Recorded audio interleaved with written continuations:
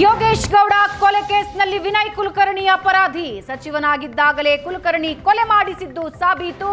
ಅಧಿಕಾರದ ಅಹಂಕಾರ ಪ್ರಭಾವಕ್ಕೆ ಹೊಡೆತ ಕೊಟ್ಟ ನ್ಯಾಯಾಲಯ.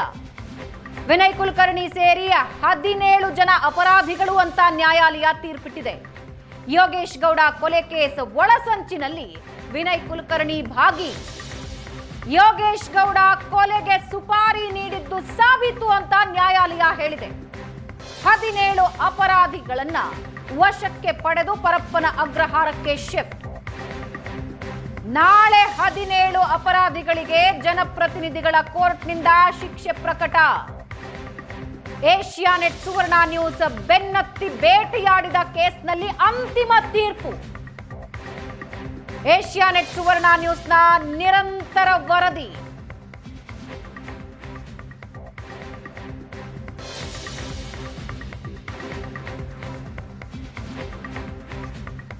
ಏಷ್ಯಾನೆಟ್ ಸುವರ್ಣ ನ್ಯೂಸ್ ಬೆನ್ನತ್ತಿ ಬೇಟೆಯಾಡಿದ ಕೇಸ್ನಲ್ಲಿ ಅಂತಿಮವಾಗಿ ನ್ಯಾಯಾಲಯದಿಂದ ತೀರ್ಪು ಬಂದಿದ್ದು ಆರೋಪಿಗಳು ಅಪರಾಧಿಗಳು ಅಂತ ನ್ಯಾಯಾಲಯ ತೀರ್ಪಿಟ್ಟಿದೆ.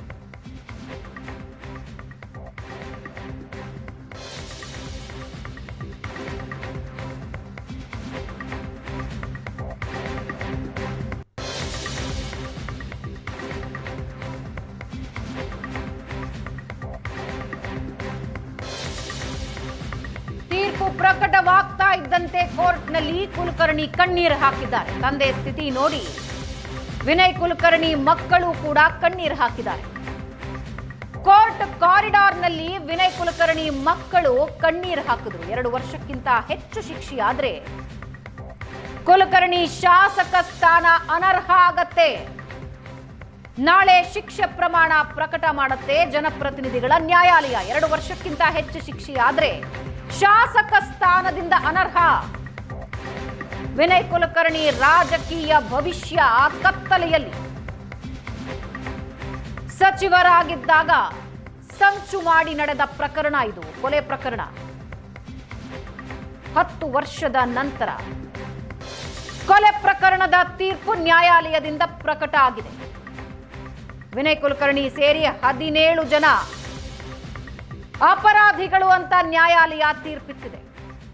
ಇಡೀ ಒಂದು ವ್ಯವಸ್ಥೆಯನ್ನ ಬಳಸಿಕೊಂಡು ಪ್ರಕರಣ ಮುಚ್ಚಾಕೋ ಪ್ರಯತ್ನ ನಡೆಸಲಾಗಿದೆ. ಏಷ್ಯಾನೆಟ್ ಸುವರ್ಣ ನ್ಯೂಸ್ ಈ ಪ್ರಕರಣದ ನಿರಂತರ ವರದಿ ಮಾಡಿತ್ತು. ಒಂದು ಒಳ್ಳೆಯ ನಿರ್ಣಯ ಬಂದಿದೆ. ಆರೋಪಿ ನಂಬರ್ 20 ವಾಸುದೇವ್ ನಾಯಕ್ ಮತ್ತು 21 2 ಜನರನ್ನ ಬಿಟ್ಟು ಬಾಕಿ ಎಲ್ಲರಿಗೂ ಕೂಡ ಶಿಕ್ಷೆ ಆಗಿದೆ. ಶಿಕ್ಷೆ ಪ್ರಮಾಣ ನಾಳೆ ಏನಂತ ಗೊತ್ತಾಗುತ್ತೆ. ಈ ಹೋರಾಟದಲ್ಲಿ ನಮಗೆಲ್ಲ ಸಹಕಾರ ಕೊಟ್ಟಂತ ಎಲ್ರಿಗೂ ಕೂಡ ನಾನು ಹೃದಯಪೂರ್ವಕ ಧನ್ಯವಾದ ಹೇಳಕ್ ಬಯಸ್ತೇನೆ. ಇಲ್ಲಿ ಕಾನೂನಿಗಿಂತ ದೊಡ್ಡವರು ಯಾರೂ ಇಲ್ಲ ಅಂತ ಅನ್ನೋದನ್ನ ಇವತ್ತು ಮಾನ್ಯ ನ್ಯಾಯಾಲಯ ತೋರಿಸಿಕೊಟ್ಟಿದೆ. ಕೊಲೆ ಪ್ರಕರಣಗಳಲ್ಲಿ ಯೂಶುವಲಿ ಆಗಿ 14 ವರ್ಷಕ್ಕಿಂತ ಕಡಿಮೆ ಶಿಕ್ಷೆ ಆಗೋದಿಲ್ಲ. ಆದರೂ ನಾಳೆ ನೋಡಬೇಕು, 10 ವರ್ಷ ಮೇಲ್ಪಟ್ಟು 14 ವರ್ಷದ ಒಳಗಡೆ ಶಿಕ್ಷೆ ಆಗಬಹುದು ಅಂತ ನಮಗಿದೆ. ನಾವು ಬಯಸ್ತೇವೆ ಇಂತಹ ಒಂದು ಹೀನ ಕೃತ್ಯ ಮಾಡಿದವರಿಗೆ ಜೀವಾವಧಿ ಶಿಕ್ಷೆ ಆಗಲಿ ಅಂತ ನಾವು ಬಯಸ್ತೇವೆ. ನಾಳೆ ಕೋರ್ಟ್ ಏನು ಡಿಸಿಷನ್ ತಗೊಳ್ತೇವೆ ನೋಡೋಣ.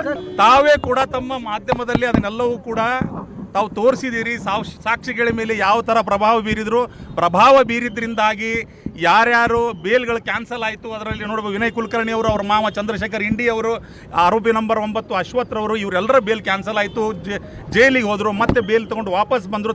ತಮ್ಮ ಮಾಧ್ಯಮಗಳಲ್ಲೇ ಎಲ್ಲ ತೋರಿಸಿದ್ದೀರಿ. ಸೊ ಇದರಲ್ಲಿ ಎಲ್ಲ ಡ್ರಾಮಾಗಳು ಕೂಡ ಆಗಿದೆ.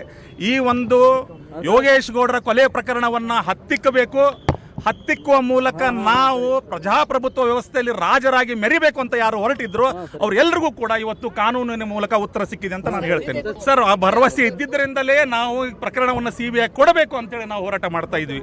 CBI ಹೋದ್ರೆ ಮಾತ್ರ ನಮಗೆ ನ್ಯಾಯ ಸಿಗಕ್ಕೆ ಸಾಧ್ಯ ಅಂತ ಹೋರಾಟ ಮಾಡ್ತಾ ಇದ್ವಿ. CBIದವರು, ವಿಶೇಷವಾಗಿ CBI ತನಿಖಾ ತಂಡ ಏನಿತ್ತು, IO ಶ್ರೀ ರಾಕೇಶ್ ರಂಜನ್ ಅವರ ನೇತೃತ್ವದ ತಂಡ, ಅವರ ನೇತೃತ್ವದಲ್ಲಿ ಸಮೀವುಲ್ಲಾ ಅಂತ, ಬಸವರಾಜ್ ಅಂತ, ರಮೇಶ್ ಅಂತ ಏನು ಕಾನ್ಸ್ಟೇಬಲ್ ಮತ್ತು ಹೆಡ್ ಕಾನ್ಸ್ಟೇಬಲ್ಗಳಿದ್ರು, ರಾಕೇಶ್ ರಂಜನ್ ಆಯ್ವು ಅವರು ಬಹಳ ಅತ್ಯುತ್ತಮವಾದಂಥ ಕೆಲಸವನ್ನು ಮಾಡಿ ಚಾರ್ಜ್ ಶೀಟನ್ನು ಕೋರ್ಟ್ಗೆ ಸಲ್ಲಿಕೆ ಮಾಡಿದರು. ಚಾರ್ಜ್ ಶೀಟ್ ಸಲ್ಲಿಕೆ ಆದಮೇಲೆ ಕೋರ್ಟಲ್ಲಿ ಅವಾಗಿನ SP ಶ್ರೀ ಗಂಗಾಧರ್ ಶೆಟ್ಟರು ಬಹಳ ಚೆನ್ನಾಗಿ ಅದನ್ನು ಕನ್ಸ್ಟ್ರಕ್ಟ್ ಮಾಡಿದರು. ಅದನಂತರ ಬಂದಂತಹ CBI ವಕೀಲರು ಕೂಡ ಹೇಮಾ ಮೇಡಮ್ರವರು ಮತ್ತು ಅವರ ತಂಡ ಬಾಲಾಜಿ ಅವರು ಬಹಳ ಚೆನ್ನಾಗಿ ಈ ಪ್ರಕರಣವನ್ನು ಕೋರ್ಟಲ್ಲಿ ಮಂಡಿಸುವ ಮೂಲಕ ಇವತ್ತು ನಮಗೆ ಗೆಲುವು ತಂದು ಕೊಟ್ಟಿದ್ದಾರೆ.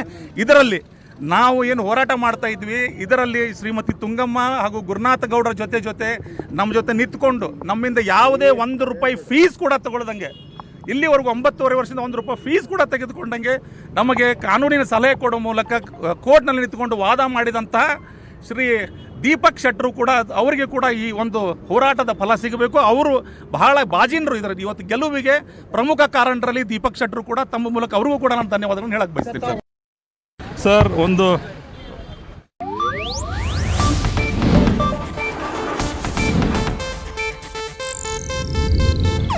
ಇದು ಏಷ್ಯಾನೆಟ್ ನ್ಯೂಸ್ ನೆಟ್ವರ್ಕ್ ಪ್ರಸ್ತುತಿ.